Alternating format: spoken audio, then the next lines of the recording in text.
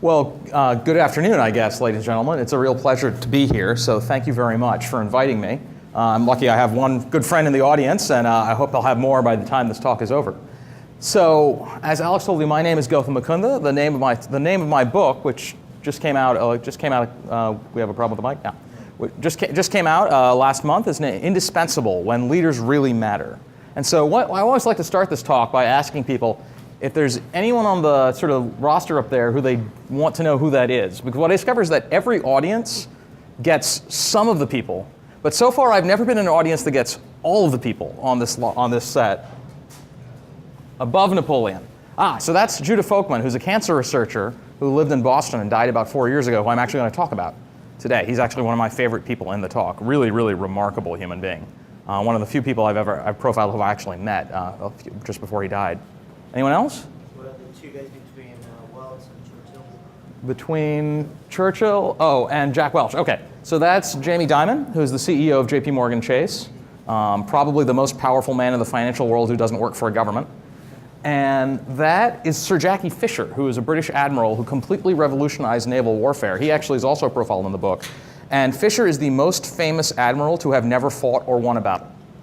And he has this sort of incredible charisma that historians fall in love with, even though he actually never commanded anything at sea, in battle. Let's get started. So my research and my book is actually about a pretty simple question. And it's one that I'm pretty confident that all of you have thought about at least once, probably in those classic dorm room debating sessions, right? And the question is simply this: do individuals make a difference? Is it possible for a single individual, a leader, to be in the right place at the right time, where the fact that that person was there changed the course of history? So it was that person and not any of the other people who logically could have been in that place, right?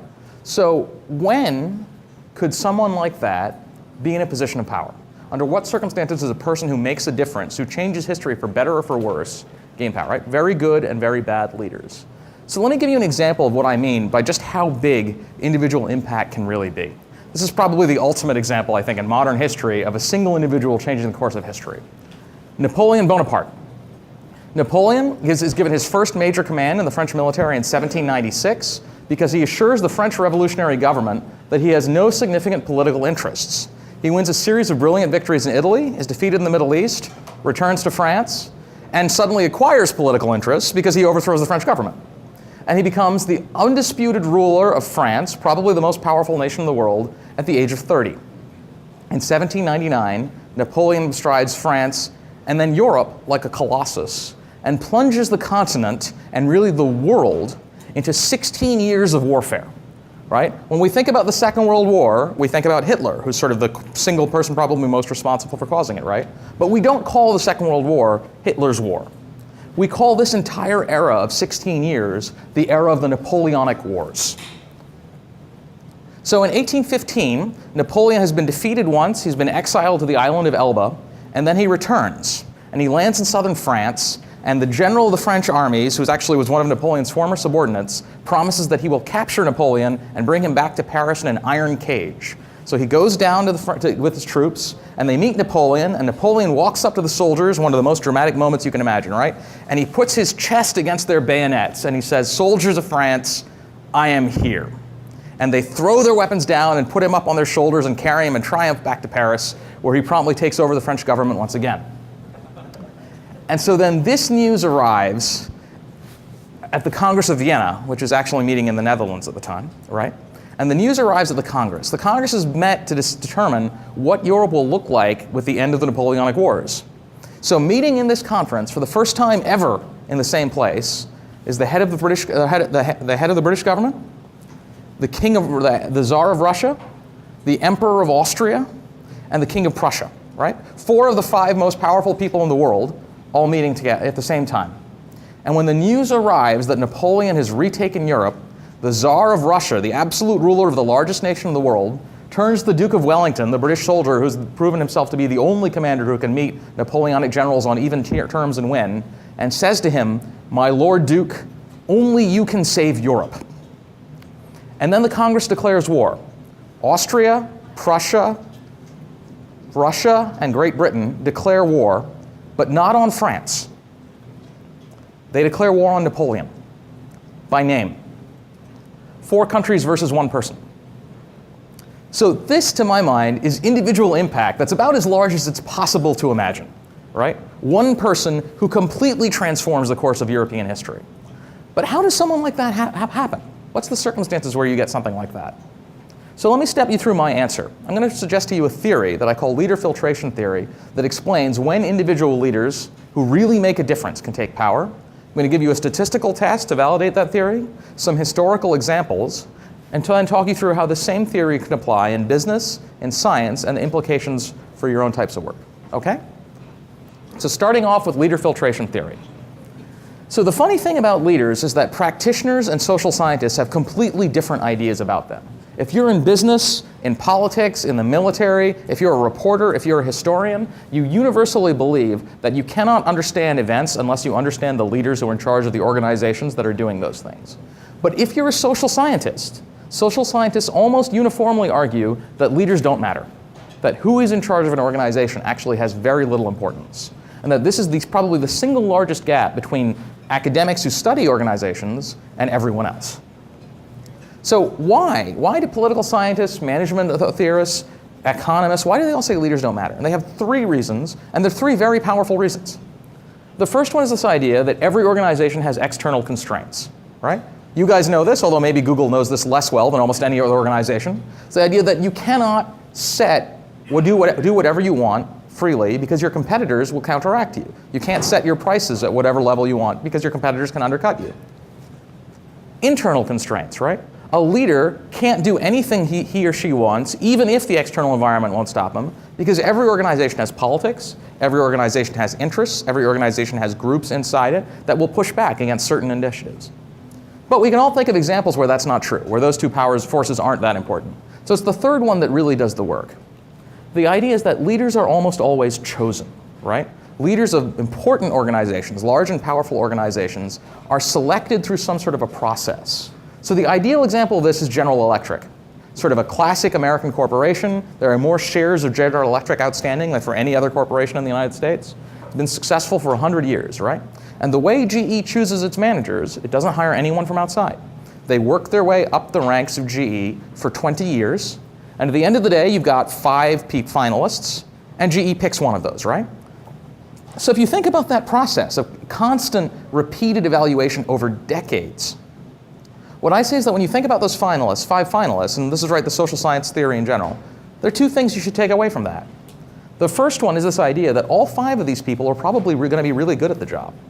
Because if they're not, right, how did they get there? If GE was not good at picking leaders, how could GE have been successful for 100 years if it wasn't able to identify people who would actually make pretty good managers?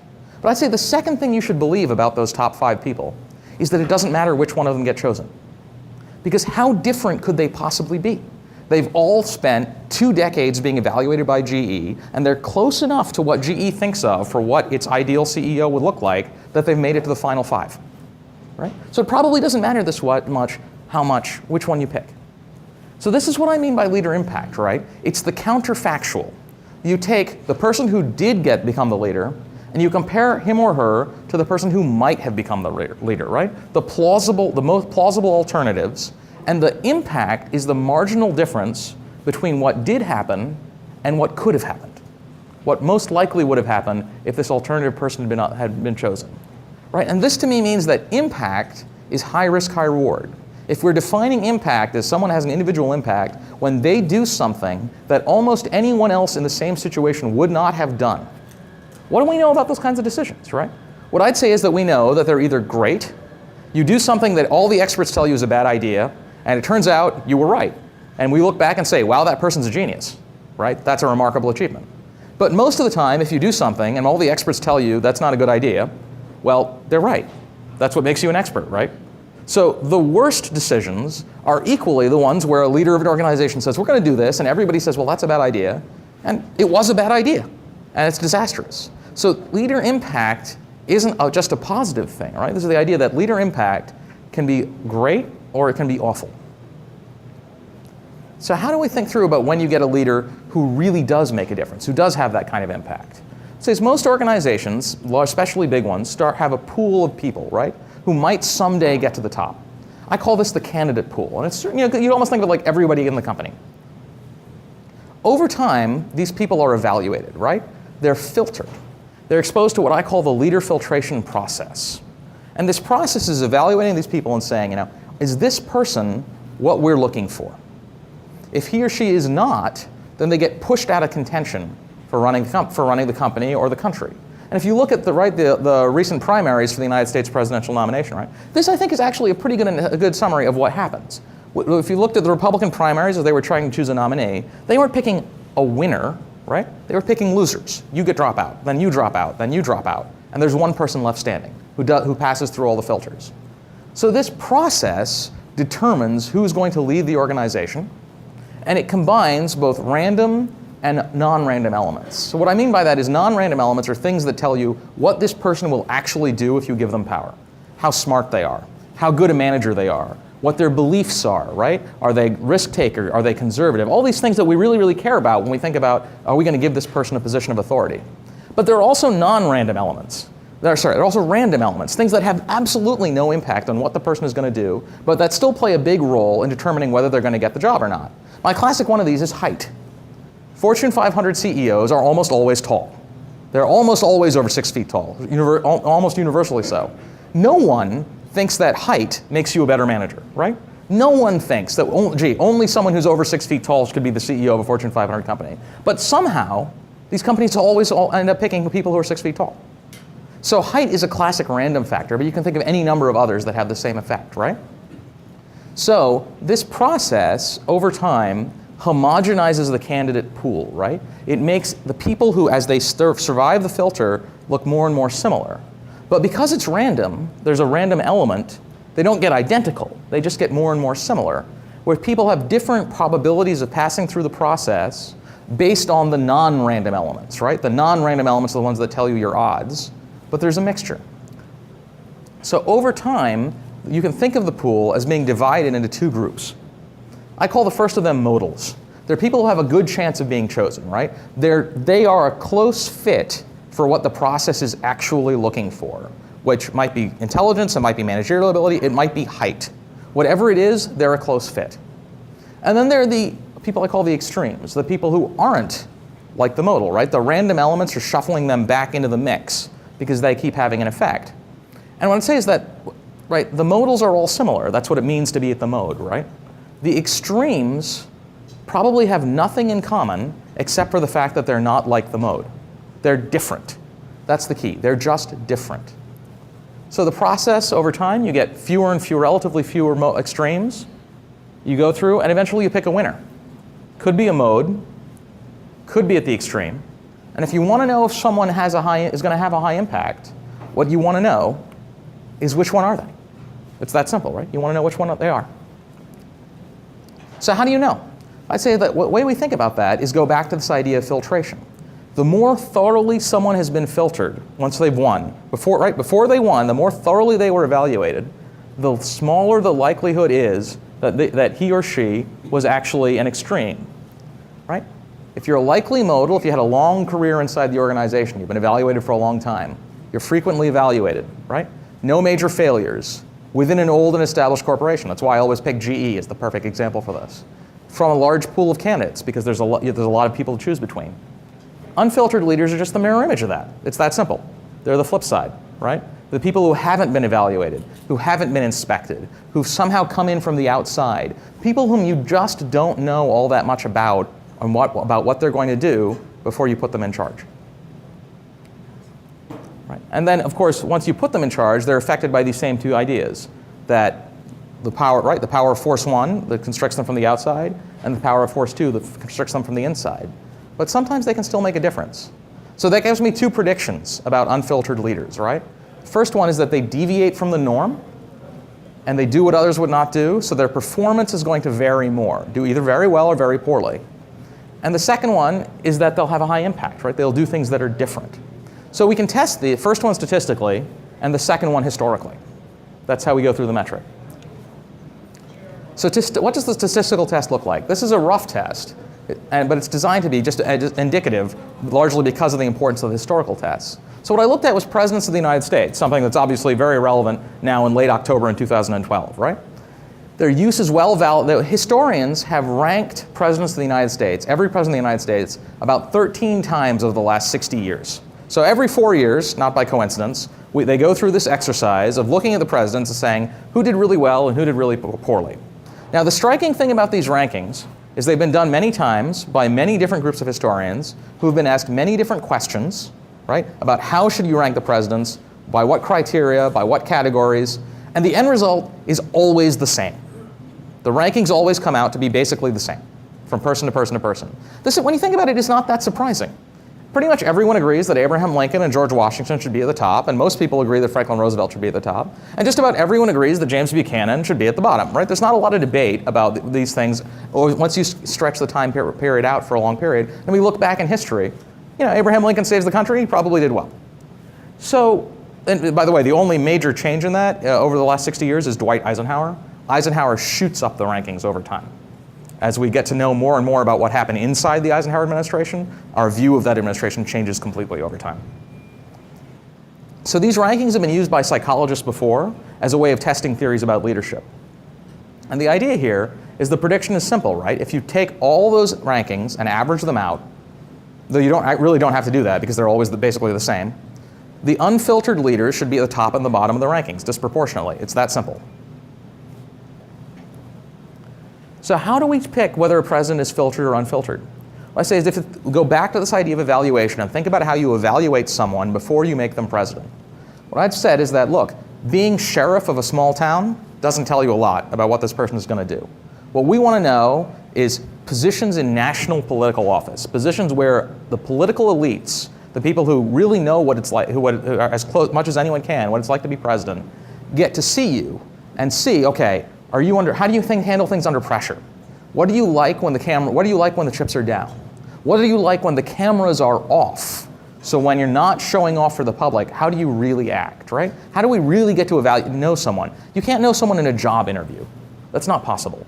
You can't know someone through a reporter's filter, right? Because you put on a false face. We all do when we're trying to impress people. To get to know someone, you got to spend time with them. And so the idea here, right, is time in filtering positions. National prominent positions. I use 8 years in the United States. 8 years to my mind just makes sense. 2 presidential terms. In most states, that's 2 terms as the governor. This feels like a fairly long span of time to get to evaluate someone and know what the real effects of their decisions are. In the United States, there are 3 things, because our political system is, by world standards, kind of odd, that come up that don't affect you in other countries.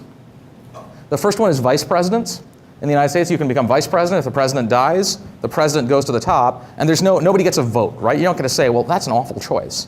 So there's no filtering there. It just happens automatically. And we can all think of vice presidents who've been picked for extraordinarily random reasons, where no one was thinking, oh, well, gee, that might be the next president. That's what we want. That happens. There are 2 exceptions. Gerald Ford and Harry Truman were both picked as vice president in the sure and certain knowledge that they would soon be president of the United States. But in general, that doesn't happen very often. The second thing is, in the 19th century, the United States had dark horse candidates, where the political conventions would all get together and there'd be lots of candidates and they would deadlock, and someone would end up winning who no one thought should be the nominee, right? Who got no votes on the first ballot. So again, I say that's not a filtered candidate, because clearly people aren't looking at this person saying, I want them to be president of the United States, because nobody was voting for them until all the people who they really wanted were knocked out of the process. And the last one comes up less in the United States, but it's theoretically important. It's the idea of family advantages, right? You come from a rich and powerful and prominent family. And the idea here is that when you come from that kind of a background, every achievement you have leading up to the time you get to become president is less informational value than those achievements would be from someone who doesn't have those advantages. Because it was easier for you to get those things than it would be for someone else. So it looks like you've done really impressive things, but it's harder for us to know what they tell us about what you are really like, right? The real underlying capabilities that we care about, because once you are president, those family advantages aren't going to help you out anymore. All right, so if you look at all the presidents of the United States, and I code all the ones who are worth looking at, because William Henry Harrison, really, what's the point? He was president for 2 weeks before he died. We don't really care, right? So if you look at all of them, what you see is a remarkable degree of variance in the amount of time they spend in filtering positions. From Gerald Ford, 24 years, all the way to Chester Arthur, probably the most random of all American presidents, who had 1 year before he became president. So there's a big, big split here. And if you see, that's my 8-year cutoff. So the thing about that cutoff is, it doesn't matter. If you move the cutoff to 6 years, not a single data point flips from filtered to unfiltered. If you move it to 9 years, none of them flip. So there's just a really nice natural break in the data that tells us that we really are dealing with two populations that seem to be pretty distinct. So if you look at the chart, the visual of the chart, I would say, is that this is one of my happiest moments in the project when I put this together, because the visual is what you'd think it would look like. You get unfiltered presidents at the top, unfiltered presidents at the bottom, and not many in the middle.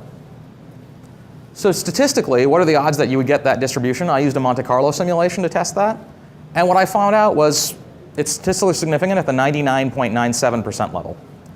Those of you who have social science training know that in the social sciences you never see you don't even see 99% statistical significance, much less 99.9. So this told me, and I can talk, if you're curious, I'm guessing at Google people will be curious, I'm happy to step through more of the math on that and all the sort of tests of rigor and validity that I did on top of that. But this is the simple answer for how we did that test. All right, so let's take a look at the history. History is sort of I would say that's the fun part. That's where you really get into the nitty-gritty of what's happening here. So I'm going to take you through two presidents of the United States. The first one is one who's very famous, who we all think of as a great person and a great president, but who I argue as president actually had a very low impact. Thomas Jefferson. So Thomas Jefferson is about as thoroughly filtered before he became president as it is possible for a human being to be. He was a member of the Continental Congress. He was America's envoy to France at a time when that is the most important diplomatic position the United States has, like equivalent to Secretary of State. He was then the first Secretary of State. He was Vice President of the United States to John Adams, and then he became President of the United States. He's an extended evaluation by other political elites, right? He was a man of extraordinary gifts. John Kennedy famously quipped in front of a dinner in honor of American Nobel laureates in the 1960s. He said that this is the greatest assemblage of talent ever to be in the White House since Thomas Jefferson dined alone. So, very gifted man, but a very well evaluated one. So, Thomas Jefferson is elected president in 1800 in what is probably the single strangest and most confusing of all American presidential elections. And this is because of a mistake the founding fathers had made in drafting the Constitution, where presidents are elected by the Electoral College, and the way they did it was the person who got the highest number of votes came in first, and the person who got the second highest number of votes came in second, became the vice president, and they didn't differentiate between votes for president and vice president. So, in the election of 1800, Thomas Jefferson, his running mate is Aaron Burr, Thomas Jefferson ties his own running mate for the presidency. This, to put it mildly, is odd. It gets even more complicated because Thomas Jefferson, remember, the person who came in second in the Electoral College becomes the vice president? Thomas Jefferson was the sitting vice president at the time, running against his own president, John Adams, in the election. I can only imagine what those cabinet meetings were like. So this became an enormous political struggle that goes through dozens and dozens of rounds of votes in the House to decide the president. But at the end of the day, Jefferson does beat, again, his own vice presidential nominee, Aaron Burr, and becomes president of the United States. And he becomes president largely because everyone agrees that he's the person who deserves to be president. He is the person people thought they were voting for when they cast their ballots, if not for this fluke mischance. So I'd say that Jefferson is the clear most probable winner, and he's the clear modal pick, right? He is the baseline. So then, who are the alternatives? Who else could have been president of the United States? I'd say there are really two people, right? The first is James Madison. James Madison was the second most important Republican. At the time, Jefferson was the head of the Republican Party, which is now the Democratic Party. He was the second most important Republican. He was the person Thomas Jefferson actually had wanted to run for president. Jefferson said, Madison, I don't want to run, you do it. Madison said, no, you have to do it. You have to run, right? And the other alternative is John Adams, the sitting president of the United States, right? The person who might have won the election if things had been a little bit different. So if we want to find out what Jefferson's impact was, we have to compare him to what Madison and Adams would have done in the same situation. So how do we do that? So we look at Thomas Jefferson again. So Thomas Jefferson is the fourth ranked president in the historian surveys, right? This makes him a big problem for my theory, because how do you have a high impact if you're so thoroughly filtered? How are you the top ranked person without having an impact? So Jefferson is the fourth ranked president for a really simple reason. The Louisiana Purchase. If you double the size of your country peacefully at trivial cost, historians say, good job, right? Well done. This is a great thing. So the question is, what did Jefferson have to do with the Louisiana Purchase? Is he responsible for the purchase? Or if somebody else had been there, would it still have happened? So this is the chronology. Jefferson sends somebody to Paris to negotiate a purchase of land from France, but not the purchase of Louisiana. This person is sent to negotiate just the purchase of the city of New Orleans. As far as we can tell, not a single person in the United States ever discussed the possibility of buying the entire territory of Louisiana. Okay? This person, before he arrives in Paris, before he even shows up, Napoleon's foreign minister comes to the American ambassador who was resident at the time and says, how would you guys like to buy all of Louisiana? Unsurprisingly, the American ambassador says, well, sure, that sounds like a great idea, right? And so my argument here is pretty simple, right? How can you say Jefferson was responsible for it if his guy hadn't even shown up yet, right? So then that it comes back, the news of the purchase arrives in Boston. And this is not incredibly controversial, right? When the news arrived in Boston of the possibility of the purchase, the city set off a fireworks celebration, right? In order to say what an incredible opportunity for the United States. It goes to a vote to ratify the treaty. And the biggest single obstacle to the successful ratification of the treaty is Thomas Jefferson. Because Jefferson believed that the federal government did not have the power to absorb, to purchase, to get territory, to expand territory of the United States. And so wanted to pass a constitutional amendment.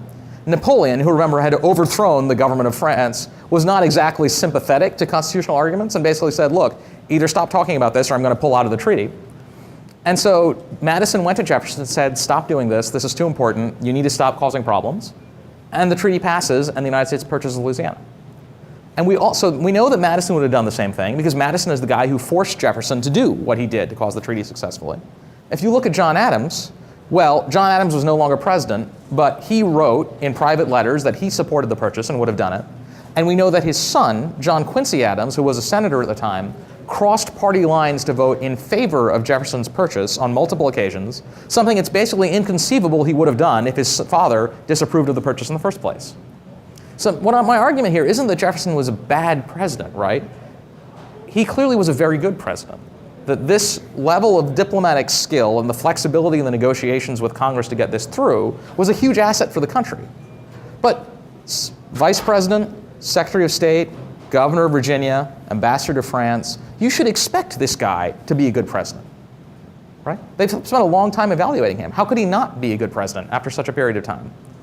So the argument here, right, isn't that he wasn't a good president, it's that he had a low impact, because James Madison was also going to be a pretty good president. John Adams was, right? James Madison succeeded Jefferson as president and would have done the same thing. So if that's low impact, what does high impact look like? Let's take a look at Abraham Lincoln. I personally think Abraham Lincoln might be the most fascinating person who's ever lived, right? So think about how Abraham Lincoln becomes president of the United States. There's a big movie about him coming out soon, so people might be more familiar with this soon. But national elites knew amazingly little about Abraham Lincoln before he became president. He has one term in the House. He's run for the Senate twice, and he's lost both times. Many of you, I'm sure, remember Barack Obama's incredible speech at the Democratic National Convention in 2004, the one that sort of instantly made him a national celebrity, right? So in 2004, he was running for the Senate. He wins that election, and in 2008, 4 years later, he runs for the presidency, and he's got 4 years in the Senate as a platform, right? Abraham Lincoln similarly has an incredible dynamic speech that helps to make him a national figure, but Lincoln lost his Senate race. So the way to think about just how obscure Abraham Lincoln was is he's Barack Obama in 2008 if Obama had lost the 2004 Senate race to be senator from Illinois, right? And he's running for president. So his big rival there is Stephen Douglas, who is this Republican senator from Illinois, the Democrat, and is the Democratic senator, and would be the Democratic nominee for president in 1860, right? He's the man who beat Lincoln. And he's going to be the Democratic nominee, so he's the guy the Republicans know they have to beat straight up in the election if they want to win the presidency. So Lincoln's nomination is incredibly unlikely. He's generally dismissed as a fringe candidate for the nomination, and a bunch of fluke circumstances basically are what enable him to win. The first is a raid by a man named John Brown, that's his picture there, into Harper's Ferry in Virginia. The raid was designed to set off a slave insurrection in the southern states. The raid failed miserably. It was a complete failure, but it terrified moderates, people who weren't all that fired up about slavery in the North, and made them much, much less likely to vote for anyone who's perceived as an anti-slavery radical. Lincoln's national record was so short that he was able to convincingly portray himself as the most moderate, that is the least anti-slavery Republican. Okay? The second element is the location of the convention. The convention is put in Illinois, in Chicago. Lincoln is from Illinois. So why is the convention in Illinois? And the answer is the Republican National Committee voted to put it there. The vote was carried by one vote over Missouri. And the argument that won the day for Illinois was that there were no significant Republicans from Illinois, so it would be neutral territory where none of the contenders would have a home field advantage. But of course, one of them does, and Lincoln's team takes advantage of that in, let's say, a fashion we don't normally associate with Abraham Lincoln. So it's in Chicago. Lincoln's team goes out and they recruit people from all across the state, and the way they recruit them is they get the people with the loudest voices. And then they print fake tickets and stack the convention audience with these people. So every time Lincoln's name is mentioned on the floor of the convention, these guys are all taught to start whooping and hollering and screaming and shouting so loudly that the windows of the building actually start to shake, right? This enormous psychological battle. And then Lincoln's campaign manager is a guy named David Davis. Now, Davis is such a novice that he has never even visited a convention before. The guy who really, the guy who really should have been the presidential nominee is this man, William Henry Seward, two-term governor, two-term senator, founding father of the Republican Party, man of international reputation as among the foremost anti-slavery voices in the country.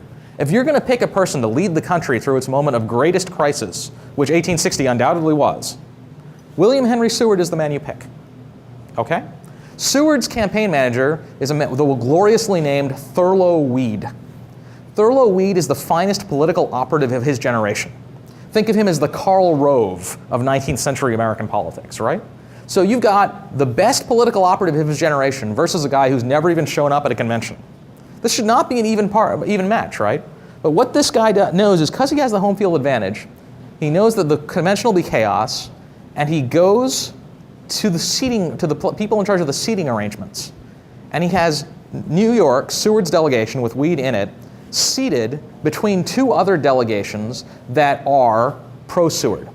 And by doing that, he knows that when the negotiations have to take place that are going to flip states and choose a final winner, this Weed will be physically unable to work his way across the convention floor to talk to other people. So you ever think that everything in American politics is calm and rational? Just remember that the seating arrangements of the convention floor in 1860 helped to decide who would become president of the United States. Right? The final thing were favored son candidates. That's candidates who have support from a single state and are not plausible contenders for the national election, but who have enough votes to stop Seward from winning on the first ballot. So you have a ballot, Seward's way in the lead, but there's no winner. And then Lincoln's campaign manager goes to Simon Cameron, the governor of Pennsylvania, who controls the Pennsylvania delegates. Says if you flip to Lincoln, Lincoln will get enough momentum that he'll overtake Seward and he'll win the election. And Simon Cameron is a man so famously corrupt that a few years later, when he was in Lincoln's cabinet, he was accused of being willing to steal anything but a red-hot stove. When the person who accused him of that was forced to apologize, Lincoln forced him to apologize, he said, "I'm sorry, you would also steal the stove." So Cameron says, "What can you give me?"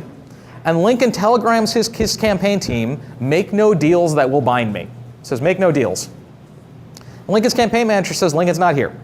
And he says to Cameron, "If you agree to support Lincoln, we'll put you in the cabinet." Cameron does. Lincoln becomes the nominee, and then he becomes president of the United States. And Lincoln sticks to the deal. He makes Cameron Secretary of War. So I say that there are lots of ways you can tell this story, right? And it's a fascinating and a fun story that's actually, I'm only skimming the surface. The book will tell you a lot more of the details, and they are every bit as crazy as the ones I've talked about here. But this is not a story about picking the person most likely to win the Civil War for the North, right? This is a story with just random element after random element adding up. So then, what's the impact? I said, let's we don't want to cause a chain of events, right? In 1864, we don't know what the world would have looked like if Abraham Lincoln had not been president. So let's look at the first decision he makes as president. The very first decision is at the crisis over Fort Sumter. Sumter is a fort in Charleston Harbor. It's besieged by South Carolina militia. It is basically one of the only two federal possessions still in the seceded states. Seward's policy is to give it up.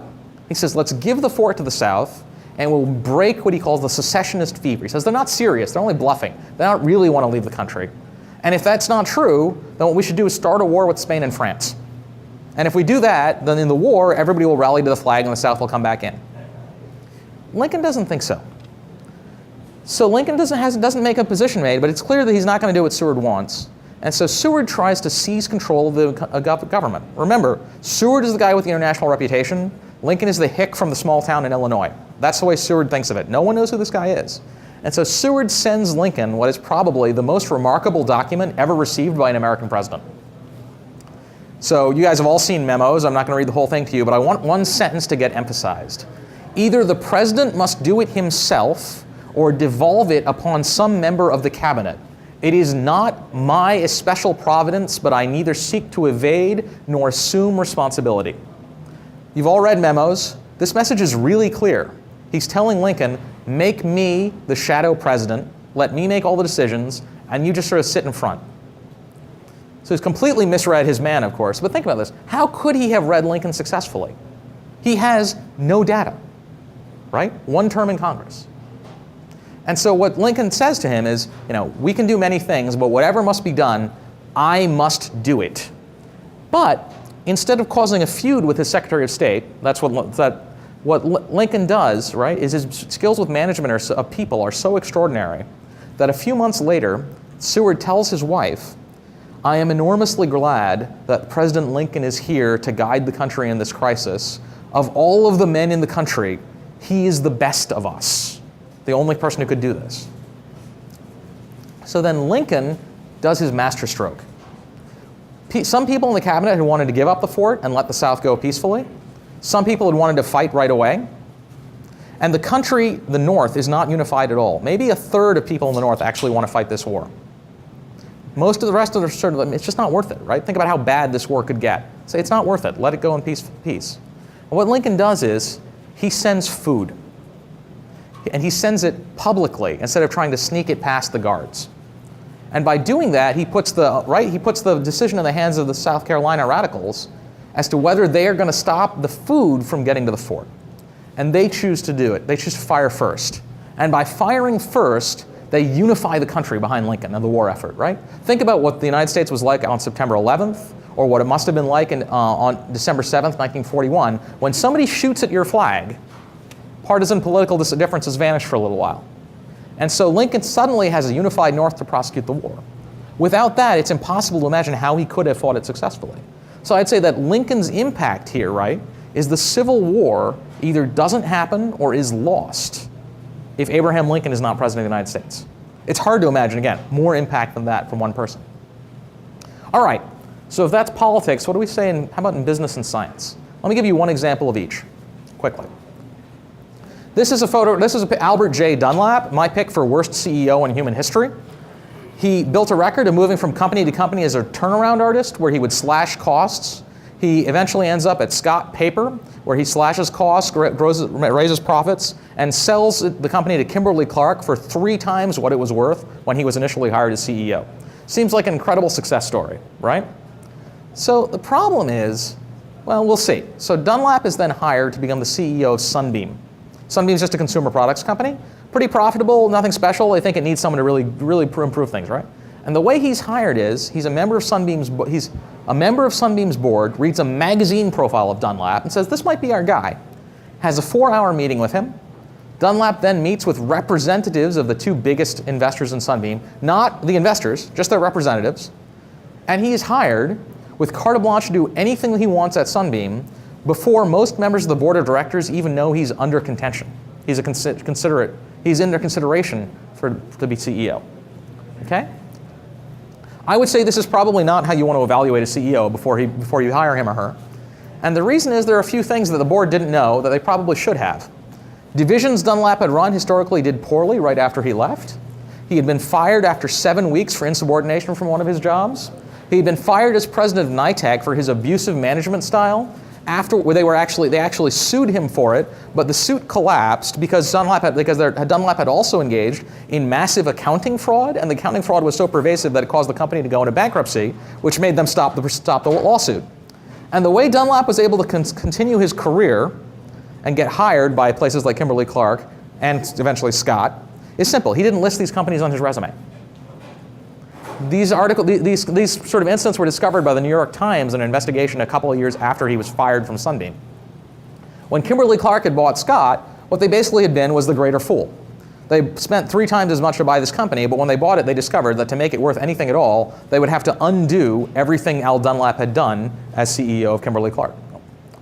So, oh, by the way, this is how Dunlap's management style, I hope Google doesn't work like this. Dunlap ordered the head of HR into his office, threw a chair at him, swore at him constantly, and then threw him back out of the office without actually giving him an opportunity to say a word, and he did all of this in front of the person's subordinates. If that ever happens to you, it's a good sign to leave the company. So that's how Dunlap likes to run a company.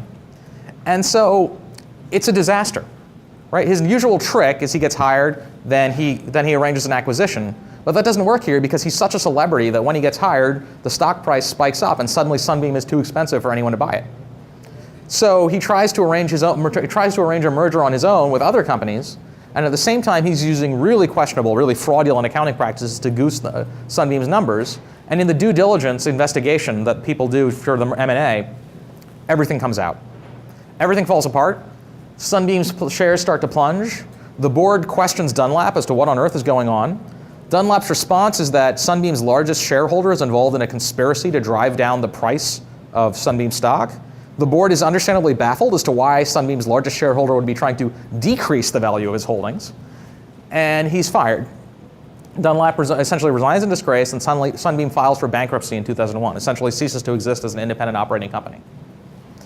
So I would say that Dunlap did the exact same things at Sunbeam that he did at Scott, that he did at Kimberly-Clark, right? In fact, that he'd done many times in his past, but he wasn't discovered. So the thing here, right, is this is the classic case of what happened, of the worst possible scenario when you hire an unfiltered leader. Anyone at his previous organizations could have told them that this is the worst possible person to hire. Anyone could have told them that, right? But the sort of information you need to know that someone is that they like to throw chairs at their subordinates, that doesn't filter across organizational boundaries very well. That's gossip, right? It's the gossip you trade in the halls, which can be enormously valuable, but doesn't go from place to place. So here you have this case, right, where this is, by the way, the title of a book about Al Dunlap, which is my favorite business book cover of all time. Chainsaw Al, and maybe all you really need to know about Al Dunlap's personality is that Chainsaw Al is the nickname he gave himself. But how about science? So what I'd say is that science is actually the most difficult case for personal impact, because science is about discovering a natural world that exists independent of our own observations, right? It's just out there. So is it possible for a scientist to have this kind of huge impact? Let me give you an example of one who I think did. So what does filtration look like for a scientist? My argument is that what it really looks like is peer review, right? We're all familiar with the peer review process. And this, to my mind, sounds a lot like filtration, right? It's particularly peer review for grant applications, because grant applications are forward-looking, right? So if you submit a grant application, other scientists read it, and they say, well, this is a good experiment, this is a bad experiment. So here's the problem. A revolutionary experiment is one that tells you that what you know about the world isn't so, right? It tells you that your long-held theories are not correct. So the people who are doing peer review believe these long-held theories. They're going to get 1,000 different proposals for ideas that disprove long-held theories. And at least 999 of those proposals are wrong. They will fail. One of them might succeed. But it looks just as unlikely as the other 999, doesn't it? So the odds of that sort of revolutionary experiment being funded tend to drop the more thoroughly you review experiments. So Judah Folkman is a surgeon. He's the first Ohio State graduate to go to Harvard Medical School, which he did at 20. Between his second and third years of medical school, he took a year off to do research, which many medical students do. In his case, the way he spent that year was by inventing the implantable pacemaker. And in fact, 3M's first ever commercially released pacemaker was based on Judah Folkman's design. So this is a pretty remarkable man, right? Do that at 22. He's drafted into the Navy, and while he's in the Navy, he does research on blood, how to create artificial blood substitutes. And to do that, he works with cancers, with tumors. And what he discovers about tumors is that unless they have a blood supply, they stop growing very fast. So Folkman has an idea, a lightning bolt, you might think. He thinks maybe tumors aren't dangerous unless they emit some sort of a chemical that causes capillaries to grow into the tumor and feed it and allow it to grow. But he doesn't know what the chemical is, and the common view in the cancer research community at the time is nothing interesting happens with blood vessels. They're just dumb tubes. That's the line people use. So when he suggests this, that we should do experiments on this, nobody buys it. He doesn't have one day of formal training as a cancer researcher. He's a surgeon. And Folkman's idea is this, he calls it angiogenesis, right? He says that this is the term he used for this ability to generate capillaries that grow into the tumor. But he can't identify the factor. His ideas gain no traction. Proposals and grants are rejected. Only 2 papers published, both in minor journals. Eventually, the publicity gets so bad that when he speaks at a cancer research conference, 150 people get up and walk out in protest because the conference is wasting their time. And an investigation of his work, an independent investigation launched by Children's Hospital, where he is the chief of surgery, concludes that his research is of no value. That's the quote, of no value. And so the hospital tells Folkman, you have to either resign as chief of surgery, or give up cancer research. You have to do one of the two, because you're embarrassing us so much. Folkman resigns as chief of surgery. This is the marginalia in one of Folkman's grant applications, where he says, this is the limit. We do not want Folkman to build an empire. So the way he does his research is he negotiates the first ever corporate partnership for biomedical research between a corporation and a university. This is a multi-billion-dollar industry. Almost every major university does it. Folkman invented that with Monsanto at Harvard. In 1979, PNAS publishes a paper proving that his idea about the factor is correct. There is a factor. In 1980, he proves that angiogenesis can be inhibited, that you can stop capillaries from growing. In 1989, the factor is identified by a different research team after 24 years of searching. In 1998, the first patient is successfully treated using an angiogenesis inhibitor. Folkman dies in 2008, and when he dies, 1.2 million people are being treated by drugs based on his idea. Right, so the argument here isn't that angiogenesis would never have been discovered without Folkman. I think it certainly would have. But the way I tell the story is, I don't see any way angiogenesis is discovered nearly as quickly as it was without Folkman. Because he was alone on this issue, not for a month or two, but for decades. All right. So a few quick implications. The idea here is when you're choosing leaders, right, picking an unfiltered leader is a gamble. Sometimes they're going to be a great genius. Sometimes they're going to be a disastrous failure. And there are many, many more ways to fail than there are to succeed. That's part of life. So the odds are they're probably going to fail. So if you need to innovate, you might want one. If you're desperate, if your company's about to go bankrupt, well, there's no outcome worse than bankruptcy. So you might want one because maybe he or she is the only person who can save you. If you're in an environment of limited losses and unlimited gains, so that if you're a venture capitalist and you're investing, the most you can lose is the amount of your investment, but your gain is you might invest in Google. So probably better to you'd probably be much more willing to take gambles than you should be in a different environment. You want to avoid false signals, right? Things like family wealth that make someone seem like they're familiar and highly evaluated even when they aren't. You want to match people to the situation. Another key idea here is the idea there's no such thing as a best leader. A lot of these people have preferences that take them to success in one environment and would have taken them to failure in another one. The idea here is it's not the best leader you want, it's the right leader. The person who matches this environment and this situation. So if you want to be a better leader yourself, right, it says know your type, know yourself. Understand whether you are filtered or unfiltered. Because filtered and unfiltered leaders succeed and fail for dramatically different reasons. Filtered leaders fail when the external environment changes and their old ways of doing things don't work. And so they need access to those unfiltered insights. Unfiltered leaders fail because they don't know the organization they're running. They don't understand how it works. They don't have the insider's knowledge that you really need to get an organization to operate successfully. And the final thing here is, in the book I talk about a bunch of different leaders, some of whom are, I would say, would have been disastrous under any circumstances, and some of whom were enormously successful, but in a different set of circumstances would have been disastrous. They just had preferences that work really well, that align with that situation. In a different circumstance, their biases would have failed. But are there people who are just genuinely great, who seem to be able to succeed in any circumstance where a human being, it's possible for them to find success? I say there are a few. The two I talk about most often are Lincoln and Folkman, I think, are the two who really do seem to have that. And what makes them unique, I would say, goes back to this idea of where do these people succeed and where do they fail.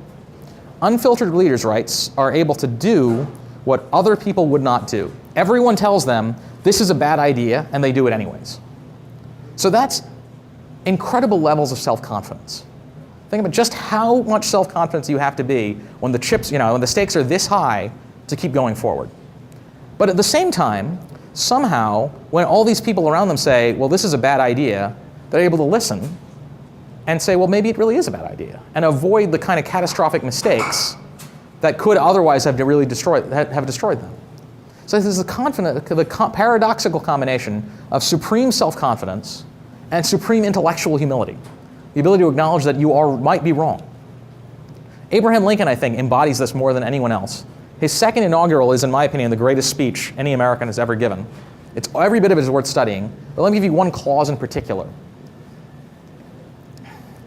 Right, with firmness in the right, as God gives us to see the right. So the Civil War is awful beyond words. Tens of thousands of people die, right? It goes on for years. It's impossible in a modern context to imagine just how horrendous the carnage was. And Lincoln didn't have to do that. He chose to do it. That's firmness in the right. But he's also the person who's able to say, I might be wrong, and change course when it seems he is wrong. And so the second half of that clause is just as important, right? As God gives us to see it. Being the person who's able to be both of those, both supremely self-confident and supremely humble, is, to my mind, the hallmark of the people who were great, not just lucky. Thanks very much.